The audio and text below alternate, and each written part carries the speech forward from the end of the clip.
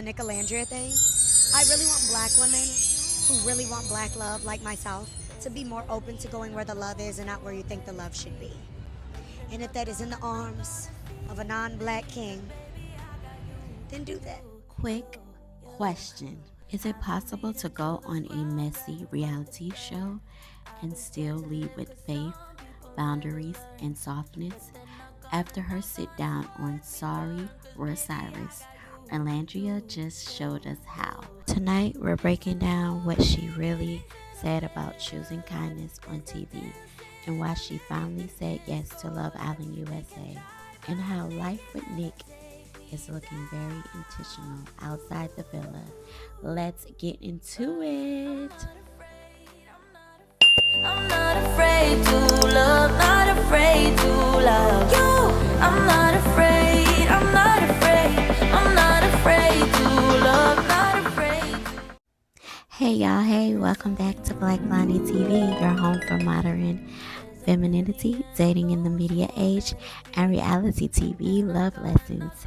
If you're new here, I'm Black Blondie, aka Queen Mother Pearl, and around here, we don't do hate. We do nuisance, receipts, and self-respect. Hit subscribe, and let's dive into Olandria's interview with Tish Cyrus on the Sorry We're Cyrus podcast. The episode is titled Olandria's Love Island Journey, Faith, Finding Nick, and Life After the Villa. And it dropped in mid-August. And sorry, I'm late to the party, but I'm here though. Quick refresher. Alandria is the fan favorite from Love Island USA Season 7, nicknamed the Bama Barbie, a Tuskegee University alumni who's been vocal about her HBCU pride and what that foundation means to her identity and purpose. I'm an HBCU girl. I went to an HBCU. I didn't graduate from there, but I went. Okay, so I'm glad she's representing for those girls. Okay, so why she finally said yes to Love Island. One of the biggest takeaways from the Cyrus interview is timing and values. According to the show descriptions, their combo, Olandria had been approached before, but chose to wait. She said yes this time, but on her terms, staying true to her morals, choosing kindness, and not bending just to fit a storyline. That's major in an environment that rewards chaos. The episode tease literally highlights staying true to your values in front of millions, learning to stop being too selfless and putting yourself first. Can I get an amen? You better put yourself first, okay? My read.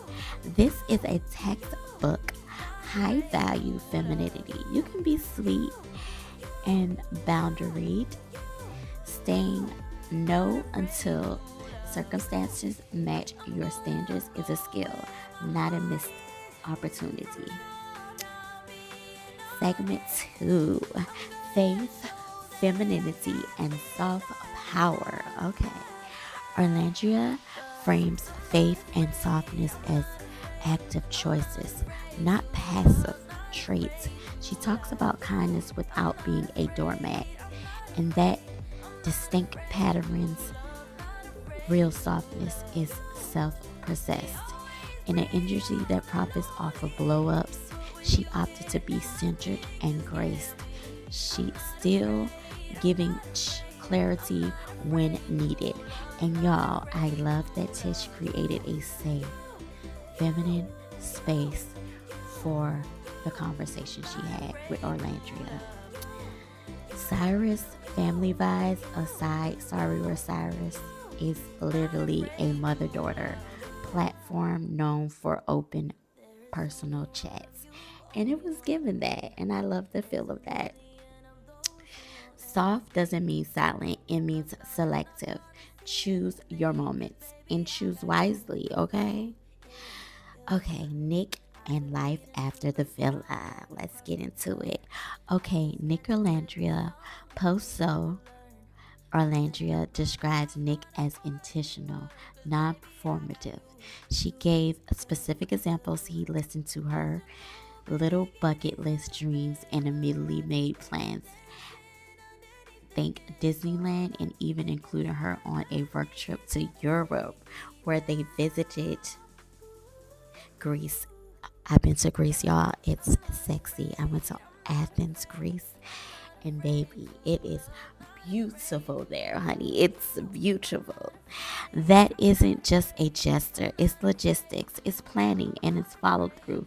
Intentionally, intentionality is the love language. We also get a peek at family integration. In clips around this episode, Alandria mom is already joking, calling Nick her future son in law, which tells you the vibes are warm at home. That's not a ring announcement, but it's a social proof that the relationship is being seen and felt by people who matter to her. That is a clock it moment, okay? My read. Don't you love my read? Intentional men remove ambiguity. They don't breadcrumb. They calendar. Yes, they don't breadcrumb. We don't want no breadcrumbs around here. We need the full meal. We need the dates, the calendar. We need all of it, okay? So, okay, messy castmates in choosing kindness. The episode teased also hints a little villa tea. The one who was messy is questioned. But even there, the framing is playful. What I appreciate is that Alandria refused to pivot into the mean girl mode to make a headline she can spill without sinking the ship. That's communication with class. Can I get 2 snaps? 2 snaps, all right. You can be honest without being harsh. That's grown woman PR for your own life, okay? You can be harsh. Well, you can be honest without being harsh, okay? Let me switch that up. Okay, interracial dating, representation, and nuance. Another conference, another conversation orbiting Orlando's media run has been about interracial dating, representation for dark skinned black women, and concerns about fetishization. Y'all, I can't say that, but fetishizing somebody. She addressed that complex head on in coverage of her podcast appearances, being honest about her fear, her boundaries, and respect. These are not small topics. I respect that she didn't reduce it to a soundbite, which is so cute. Two truths can coexist. Healthy interracial relationships are possible and beautiful when both people are respectful, informed, and accountable. And black women's concerns about fetishizing, getting fetishized, and colorism are real, historical, and deserve sensitivity. Orlandria setting her boundaries doesn't erase the discourse, it models it. HBCU identity and being raised right. She also spotlighted family roots. You know I love family, and HBCU grounding. Tuskegee gave her that sense of belonging and purpose. Tish and Alandria connected over Southern girls raised right, and the episode description literally mentions strong mother-daughter bonds and being set apart in the industry by how you were raised. That context helps explain her calm on TV. She has a compass before she had a platform. Yep, she did. If you build character offline, your on camera choices will reflect it, even under pressure. You have to think before you speak. You have to play your cards right, and you have to always be gracious. Just like Miss Beyonce say, because the best revenge is your paper. What we're watching next. So where does this leave Nicolandria? For me, the focus is less are they engaged tomorrow, and more, are they building something durable? Right now, the public signs are intentionality, family green lights. If that continues, aligned goals, shared values, and community support, they'll keep thriving beyond the villa. Don't you think? I think so too. Let me know in the comments. Do you think that they are real and that they will be vibing outside of the villa? Okay. I want to hear from you. What was your biggest takeaway from Olandria Sorry We're Cyrus interview? Faith, boundaries, or the way Nick shows up? Drop a comment. Be kind and tell me what you want me to review next. Like, subscribe, and share this with a friend who loves love and accountability. See you next video. Outie, guys. And always love yourself and put yourself first. And always set boundaries. Boundaries. Stay tuned for some Olandria TikToks and some photos. Elect. Outie. There is only one of you, only one of me. There's a million of those who won't let us be. But they're not gonna see me bleed. Cause baby, I got you.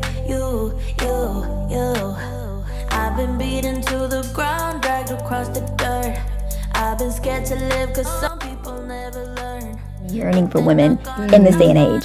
And then with him being a fair-skinned male and I'm a dark-skinned female, but seeing me being loved out loud resonated with a lot of people in my community. It's like, oh, this is beautiful. Like, dark-skinned black woman being yearned for and loved out loud by someone that looks like Nick. It's like, this is beautiful. Like, this is like healing the world in a sense, because you don't see this often, especially not in real. I'm very traditional. I don't believe in that. Y'all see something here? Me neither. Very traditional when it comes to that. What I'm moving with Nick now. Getting the mill in your bank account, the Evergreen partnership, etc. The last thing I got for in a personal standpoint, when you look in the future, I mean, do you see, like, I know it's hard to think about this, but do you see, like, getting married and, like, from Nick, and having kids and stuff? Like, where's your head with all that? Now, it's hard to look down that line, but, like, where do you stand with all that? One thing about me, I've always dated with intention. Love it. Which I came into the villa like that, which is why I feel like I was very intimidated when I came to the guys. Because it's like, oh, you can't be over here being You're not here to play around. You're like, come here and be a man. Which is why I feel like a lot of guys had a hard time approaching me. Maybe they was too scared to step into that role. I'm like, okay, we're all 25 plus. It's time to grow up. We're not too far from 30. I know I want kids. I know I want to be married, and the only way I'm going to have kids is if I have a ring on my finger. I was raised by a single mom, and I know single parents don't always pick and choose what their life is going to look like. But me being from the South, I've always glorified marriage. I always love what that looked like. I've always yearned for that family-like bond, which I always appreciate my mom, you know what I'm saying, giving me the life that I have. It's like, I really wish I had a dad here. Like, that would be nice, you know? So, yeah, marriage is definitely in my foreseeable future. I've talked to Nick about that a lot. Like, hey, I date to marry. So what do we do? Let's you go. on the same page as Nick? Been together for, what, 35 years? Yeah, I know. That was I would love that to be our story, too. Exactly. So. And it's a great role model for him to look up to. I'm very traditional. I don't believe in that. Y'all see something here? Me neither. Very traditional when it comes to that. What I'm moving with Nick now.